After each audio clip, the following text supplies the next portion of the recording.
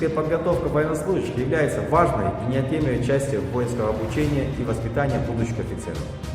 Физическая подготовка курсантов военного института сил воздушной обороны осуществляется с учетом комплексности и оптимальности.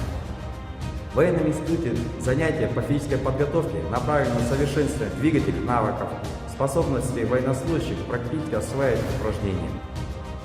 Особое внимание уделяется командным видам, таким как футбол. Наряду с этим немаловажное значение имеет также армейский рукопашный бой. В совокупности они сплачивают коллектив и учат действовать сообща во взаимодействии друг с другом и способствуют укреплению морально-волевых и психологических качеств. Обучение плаванию летчиков проводится в соответствии с учебными программами института и программой боевой подготовки.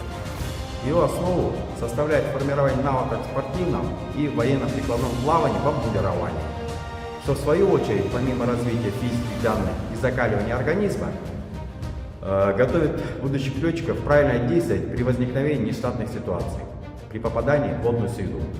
Комплекс занятий в данном направлении мы осуществляем во взаимодействии со спортивной инфраструктурой города Актюбе, которая имеет необходимую базу для проведения этих занятий.